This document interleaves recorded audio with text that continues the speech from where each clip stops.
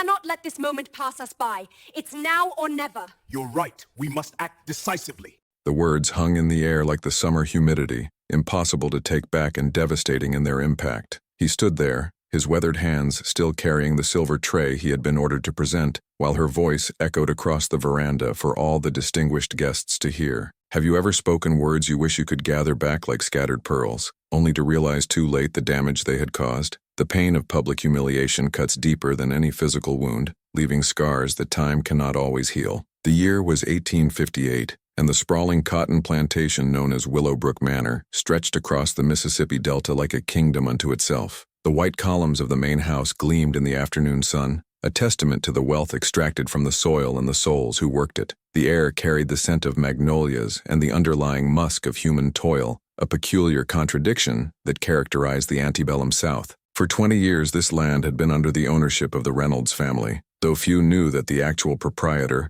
was not the man who walked its grounds giving orders, but his brother, who had departed for Europe long ago. Samuel Reynolds had left Willowbrook in the care of his younger brother Edward, allowing him to manage the plantation while Samuel pursued business interests abroad. Over the years, Edward had come to view the property as his own, and those around him, including his new wife Victoria, believed him to be the rightful owner. Victoria Reynolds had married Edward just 6 months prior, coming from a modest Boston family, and adjusting to the ways of southern plantation life with a mixture of fascination and discomfort. Her porcelain skin flushed easily in the Mississippi heat, and her mannerisms marked her as an outsider to the locals. She was beautiful, educated, and possessed a sharp tongue that she had yet to learn to temper in her new surroundings. Jacob was different from the other enslaved people on the plantation. He had been with Samuel since childhood, taught to read in secret and trusted with responsibilities no other slave was granted. When Samuel departed for Europe, he had instructed Jacob to remain at Willowbrook,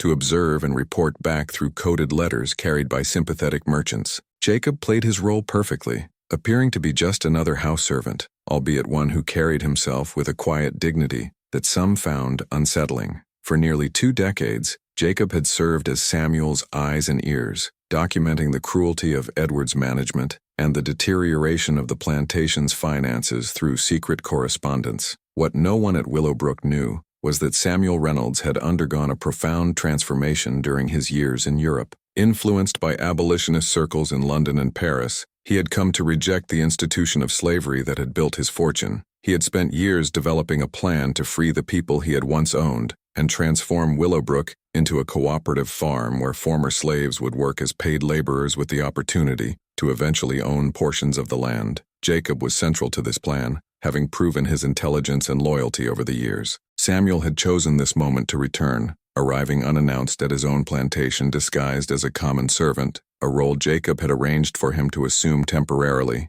so he could observe the true nature of his brother's management before revealing himself. The day of the garden party had been carefully orchestrated by Edward to impress the neighboring plantation owners and his new wife's visiting family. The tables were set with the finest linens, silver gleamed in the sunlight, and flowers from the garden adorned every surface. Victoria, eager to establish herself as the Lady of Willowbrook, had been increasingly harsh with the house servants, driving them to exhaustion with her demands for perfection. She felt the eyes of the local gentry upon her, judging her worthiness to join their ranks, and her anxiety manifested as cruelty toward those she considered beneath her. Jacob had observed the mounting tension with growing concern. He knew that Samuel's plan required a careful revelation of his identity, ideally in a private setting where Edward could be confronted with evidence of his mismanagement and offered a dignified exit. But Victoria's treatment of the staff threatened to disrupt everything. That morning she had ordered an elderly house servant beaten for breaking a teacup, and Jacob had intervened,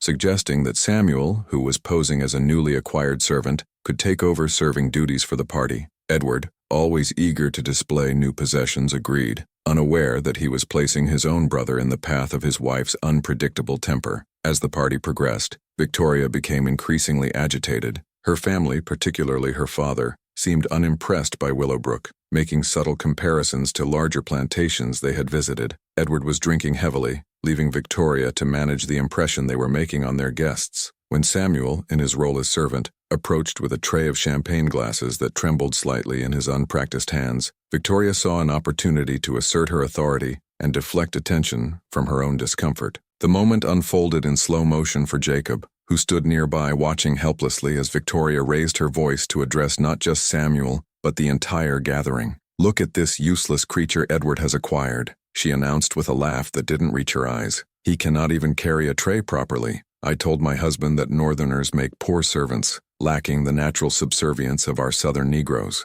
I suspect this one will need to be taught his place with the whip before he's of any value." She turned to her father, adding, "You see, Papa, I am learning to manage these people effectively." The silence that followed was absolute. The guests froze, drinks halfway to lips, eyes darting between Victoria and the servant she had just humiliated. Edward, suddenly aware that something significant had occurred, pushed through his alcoholic haze to focus on the scene before him. Jacob watched as Samuel straightened his posture, no longer stooped in the deferential pose of a servant, and looked directly into Victoria's eyes with an unwavering gaze that made her step backward involuntarily. What happened next would change Willowbrook forever. In a quiet voice that nonetheless carried across the veranda, Samuel introduced himself as the true owner of the plantation, returned from Europe to reclaim his property. The evidence was irrefutable: his knowledge of the estate, the family signet ring he produced from his pocket, and the immediate recognition in the eyes of the older guests who had known him before his departure. Edward collapsed into a chair, his face drained of color, while Victoria stood frozen in horror at the implications of what she had done. "I want to pause this story for a moment to ask you directly. When was the last time you judged someone based on their appearance or station,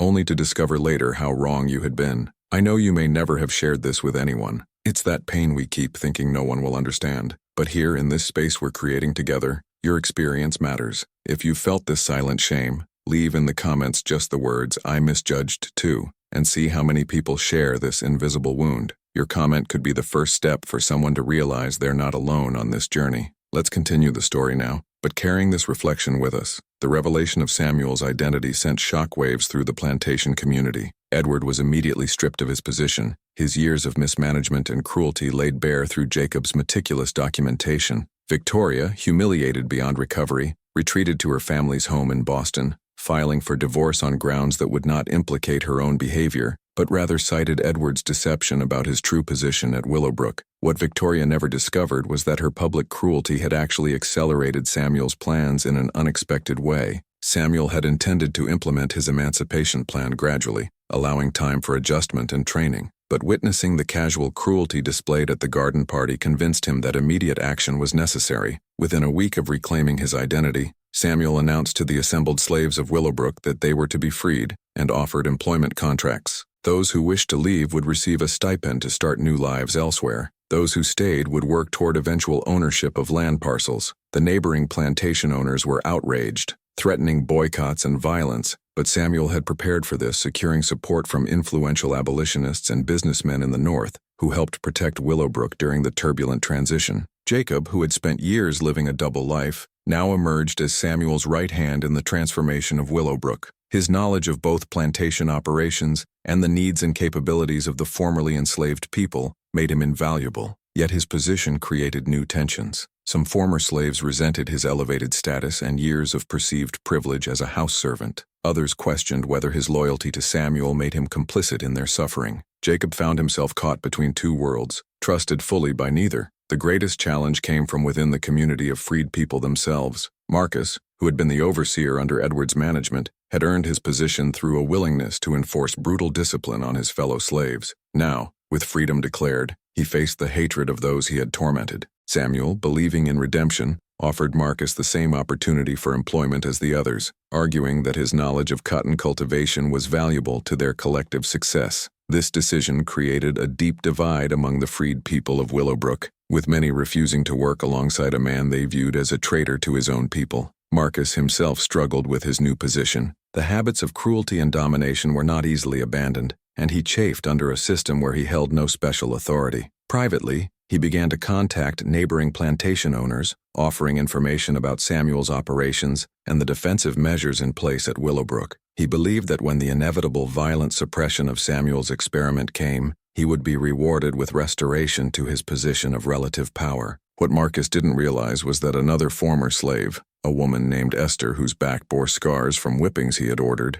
observed one of these clandestine meetings and reported it to Jacob. Jacob faced an impossible choice. To expose Marcus would mean likely execution at the hands of the enraged freed people, blood that would be on Jacob's hands. To remain silent could mean destruction for the entire Willowbrook experiment if Marcus's information led to a successful attack. He took his concerns to Samuel, who surprised him with a response that revealed how deeply his thinking had been influenced by European philosophers. "We cannot build a new society on the foundation of retribution," Samuel said. "Marcus must be given the opportunity to choose a different path." Jacob disagreed vehemently, arguing that Marcus had already made his choice and posed an imminent threat to everyone at Willowbrook. The debate became moot 3 days later when a group of armed men from neighboring plantations attempted a night raid on Willowbrook. They came with torches and weapons, intent on making an example of Samuel and destroying the dangerous idea he represented. But they found the freed people prepared and organized, having been warned of the exact time and approach of the attack. The raiders were repelled without loss of life, and in the aftermath, Marcus was nowhere to be found. Whether he had fled with the raiders or met some other fate remained a mystery, but his betrayal had paradoxically unified the community of Willowbrook in their common defense. What no one expected was the letter that arrived a week later. It was from Victoria Reynolds, still legally Edward's wife despite their separation. The letter was addressed not to Samuel or Edward, but to Jacob. In it, Victoria confessed that she had been profoundly affected by the events at the garden party and her subsequent reflection on her behavior. She wrote of her shame at having judged a man's worth by his station rather than his character, and of her growing discomfort with the institution of slavery that she had been so eager to embrace in her desire for social acceptance. Victoria explained that she had used her family's connections in Boston to arrange publication of a series of articles about the Willowbrook experiment in several abolitionist newspapers, bringing national attention and some measure of protection to Samuel's endeavor. Jacob was stunned by the transformation Victoria's letter revealed, and even more surprised by her final paragraphs. She asked for his forgiveness for her treatment of him and the other servants, acknowledging that forgiveness might not be possible or deserved. More shocking still, she requested his permission to return to Willowbrook, not as the mistress of the house, but as a teacher. Victoria had trained as an educator before her marriage and offered to establish a school for the children and adults of Willowbrook who wished to learn reading, writing, and arithmetic skills that would serve them in freedom. The proposal created yet another dilemma for Jacob and Samuel. Victoria's resources and connections could undoubtedly benefit Willowbrook, and her skills as a teacher were sorely needed. But could the freed people ever trust a woman who had embodied the casual cruelty of the slave-owning class? And was her transformation genuine or merely a salve for her guilt? Jacob, who had spent a lifetime observing the complex motivations of those around him, found himself unable to render judgment on Victoria's sincerity. In the end, it was not Jacob or Samuel who decided Victoria's fate, but a council of 7 women elected from among the freed people of Willowbrook. After reading her letter and deliberating for 2 days, they sent a response with conditions for her return. Victoria would not live in the main house but in a small cottage, like those being built for the workers. She would receive the same share of the harvest as others who performed non-field labor, and most significantly, she would begin by learning from them their knowledge of plants, healing, cooking, and crafts handed down through generations before she presumed to teach anything herself. To everyone's surprise, Victoria accepted these terms without negotiation. Her arrival at Willowbrook in a simple dress, carrying only 2 trunks of possessions, mostly books, marked the beginning of the most difficult chapter in her life. The freed people watched her warily, some refusing to speak to her at all, others testing her with small cruelties to see if her commitment would falter. Victoria endured their justified suspicion with a humility that gradually earned, if not forgiveness, then at least a measure of respect. As for Edward, his story took a darker turn. Humiliated by his brother's return and the exposure of his mismanagement, he turned to increasingly heavy drinking. He spread malicious rumors about Samuel's mental stability and accused Jacob of manipulating his brother, attempting to rally opposition among neighboring planters. When these efforts failed to gain traction, Edward made one final, desperate attempt to reclaim what he saw as his rightful place. He arranged to sell Willowbrook out from under Samuel to a consortium of plantation owners who planned to dismantle the freedom experiment and return the land to traditional slavery-based production. The sale, which Edward had no legal right to make, was exposed when the buyers approached a bank for financing and discovered that Samuel had legally protected the land through a complicated trust structure developed in Europe. Confronted with this final betrayal, Samuel was forced to sever all ties with his brother. Edward left Mississippi in disgrace, reportedly traveling west where the circumstances of slave ownership and plantation management were less known. Years later, Jacob would receive word that Edward had died in a Kansas saloon, the victim of a dispute over a gambling debt. The news brought Jacob no satisfaction, only a reflective sadness on how easily human beings could become corrupted by power and entitlement. Willowbrook itself continued as an island of relative freedom in a sea of slavery, facing ongoing challenges from without and within. Not all the freed people chose to stay, some preferring to journey north to states where they might live with less fear. Not all who stayed thrived in the new system, struggling with the complex responsibilities of freedom after lifetimes of having every aspect of existence dictated by others. The experiment was neither the perfect utopia that abolitionists sometimes portrayed in their publications, nor the inevitable failure that its critics predicted. It was, like all human endeavors, a messy, complicated affair, marked by both inspiring successes and painful disappointments. Jacob's own journey continued to be one of negotiating difficult spaces between worlds. He maintained his friendship with Samuel, serving as his business partner and confidant until Samuel's death in 1876. He developed a complex but ultimately respectful relationship with Victoria, whose initial performance of penitence evolved into genuine commitment to the community. But Jacob never fully escaped the suspicion of some who had been enslaved alongside him, who could not forget his years of relative privilege or forgive what they saw as his complicity in their suffering. This was the price he paid for the role he had played, and he accepted it as the necessary cost of the greater good that had been achieved. In the decades that followed, as the Civil War remade the South and Reconstruction attempted to redefine American society,